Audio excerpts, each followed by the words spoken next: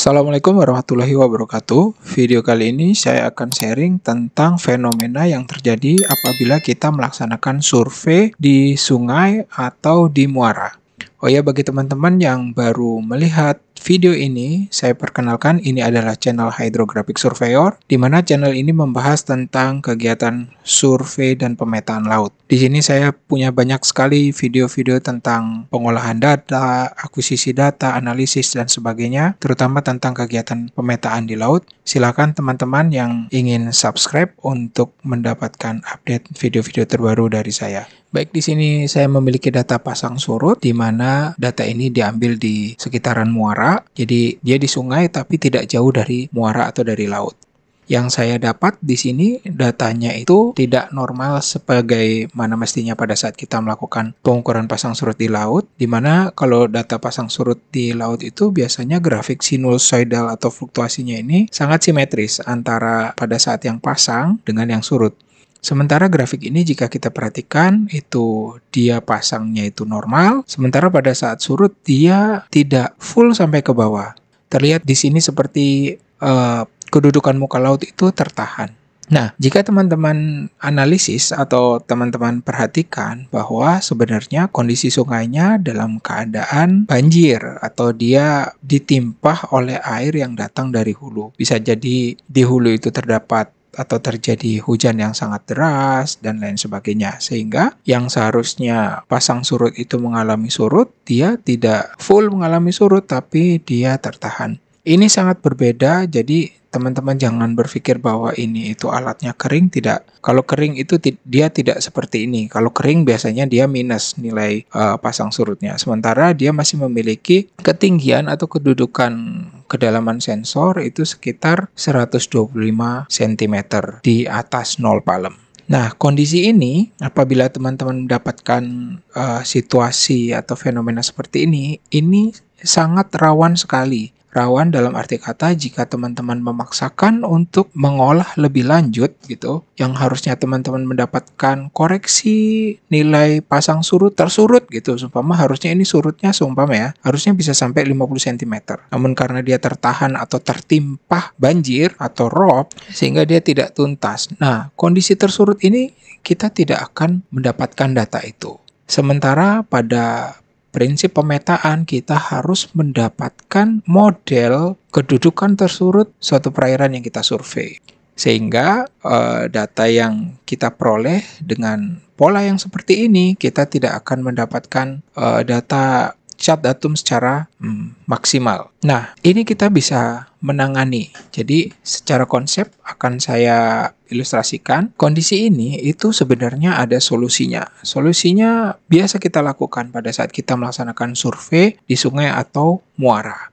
Konsepnya sederhana. Data seperti ini kan tidak semacam dia tidak mengalami fluktuasi secara sempurna. Jadi data ini harus kita olah menggunakan Admiralty, kemudian kita mendapatkan konstantanya, setelah itu kita modelkan lagi. Nah, model pasang surut yang kita dapat itu nanti akan menghasilkan grafik sinusoidal secara sempurna. Dari situ kita baru bisa mendapatkan kedudukan tersurut perairan tersebut, dan tentu saja kita akan mendapatkan cat datum yang kita mau. Baik, di sini sudah saya siapkan Admiralty-nya, Admiralty kosong seperti ini. Kita tinggal copy semua datanya, klik kanan copy, setelah itu kita paste di sini. Oke, bagus sekali. Ini diambil pada bulan Oktober tahun 2017. Tinggal kita ganti ininya saja, dan ini tanggal tengahnya masih bulan Oktober tentu saja. Kemudian urutan tanggalnya ini perhatikan ya, bulan-bulan, berarti ini 10, ini tanggal awal, tanggal 2/2017.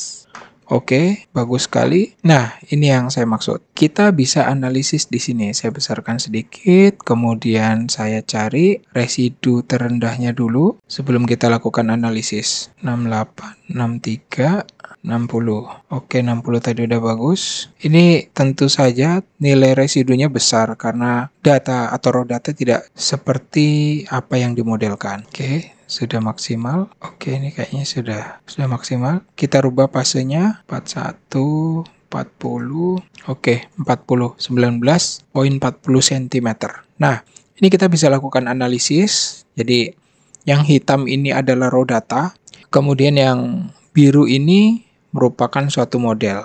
Nah, jika kita besarkan seperti ini, harusnya dia bisa turun maksimal ke sini, namun dia ketahan ROP. Jadi, data pasang surut semestinya. Jika tidak terkena ROP, maka seperti ini. Nah, ini yang lebih-lebih ini bisa jadi pada hari itu, ini kan per hari ya, teman-teman bisa lihat. Bisa jadi per hari itu sungai tersebut mengalami surut. Pas surut, jadi dia turun airnya, muka airnya turun. Si muka laut itu mengalami shifting dia. Anjlok gitu, bergeseran, yang harusnya mungkin min sea levelnya di sini gitu, karena pada saat ini tuh musimnya pasang, jadi dia naik semua. Pada saat di sini dia surut semua, sehingga sungainya atau permukaan sungainya dia turun. Namun dengan model ini kita bisa mendapatkan sinusoidal secara sempurna. Jadi analoginya itu gini, si data banjir, kedudukan muka laut yang dipengaruhi oleh banjir itu kita buang semuanya. Kita buang, kemudian kita modelkan lagi menjadi data grafik yang warna biru ini, sehingga grafik warna biru ini pure adalah pasang surut yang terjadi di sungai itu. Anggaplah si banjir itu kita anggap dia itu noise, jadi data yang tidak kita inginkan. Itu sudah kita eliminir, kita buang, kita modelkan lagi, hasilnya adalah data pasang surut murni tanpa dipengaruhi banjir. Inilah grafik yang berwarna biru.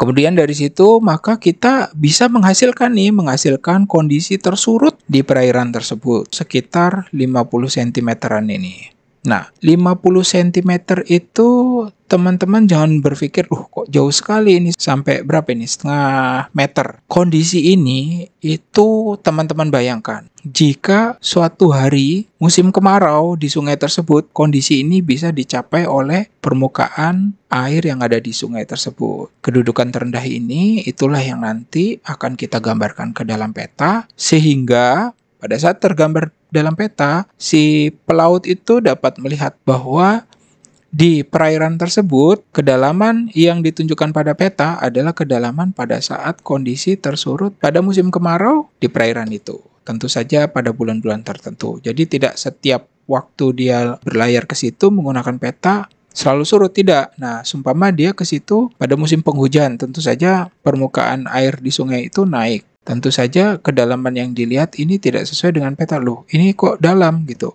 Padahal di petanya surut. Nah, seperti itu. Jadi, kedalaman yang digambarkan pada peta itu antisipasi pada saat suatu hari si pelaut itu layar atau bernavigasi ke sungai itu di musim kemarau, dia mendapatkan gambaran kondisi kedalaman yang sesungguhnya jika pada saat musim kemarau. Demikian.